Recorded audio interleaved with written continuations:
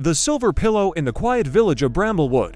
Nestled between rolling hills and silver-tipped forests, there lived a young girl named Elara. She was small for her age, with hair the color of chestnuts and eyes that shone like starlight when she smiled. Every night, she would press her cheek against her old, lumpy pillow and whisper her dreams into the dark, but the dreams never came. Elara's nights were often restless, filled with tossing and turning, her mind caught in the worries of the day.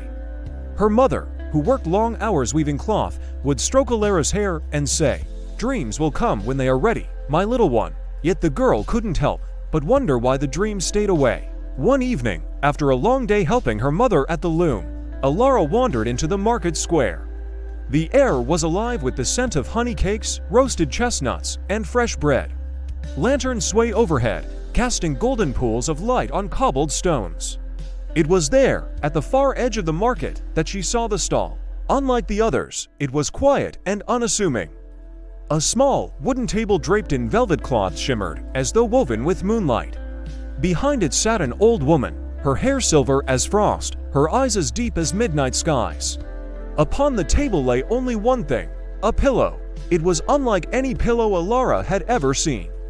Its fabric glowed faintly, threads of silver and pearl interwoven like a river of stars. She stepped closer, heart fluttering with curiosity. "Would you like to touch it, child?" the woman asked in a voice both kind and mysterious. Elara hesitated, then nodded. Her fingers brushed the surface, and warmth spread through her hand, as though she had dipped it into sunlight. "It's so soft," she whispered. The woman smiled. "This is no ordinary pillow. It is a silver pillow, stitched with threads of dreams and filled with whispers of the moon. Whoever sleeps upon it will journey into the dream realm where imagination comes alive." Elara's eyes widened. "The dream realm?" "Yes," the woman said, "but be warned, dreams are powerful. They can comfort, but they can also test the heart. Only those with courage, kindness, and wonder should use it." Elara bit her lip. I've never had a dream before, not really.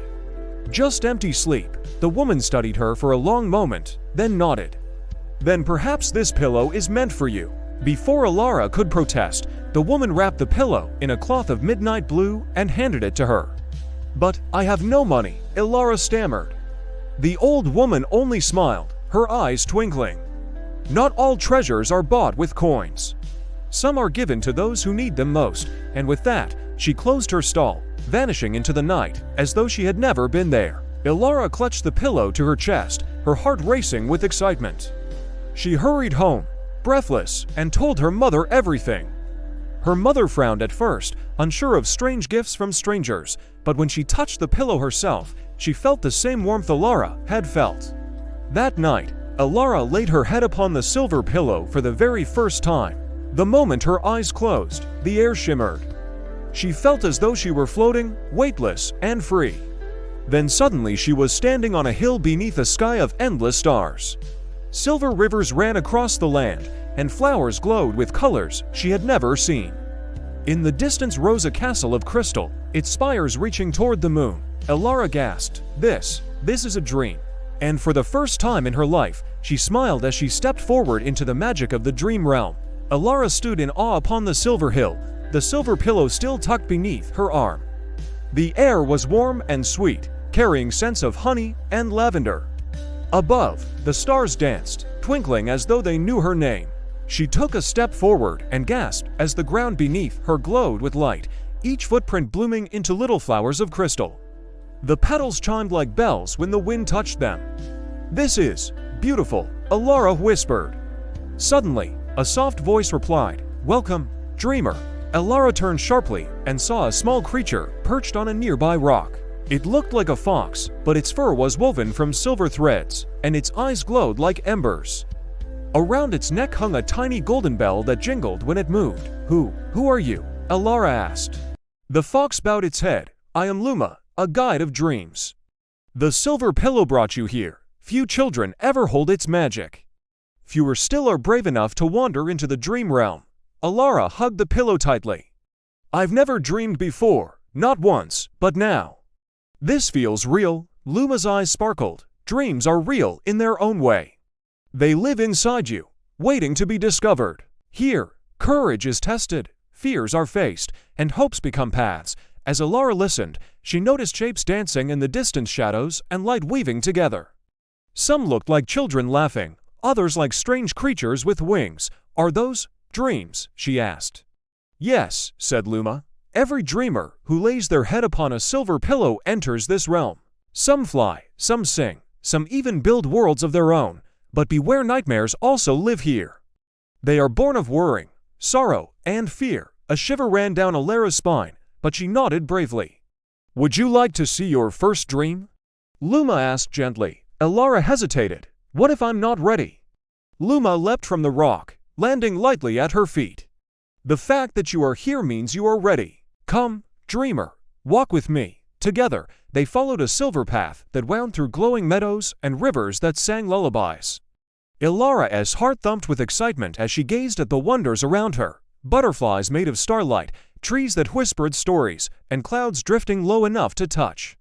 At last, they reached a wide meadow where a circle of stones stood like guardians. The air shimmered, and before Elara's eyes, the stones opened like a door. Beyond lay her dream.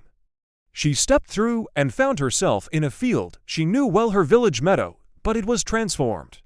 The grass was tall and golden, swaying in rhythm with invisible music.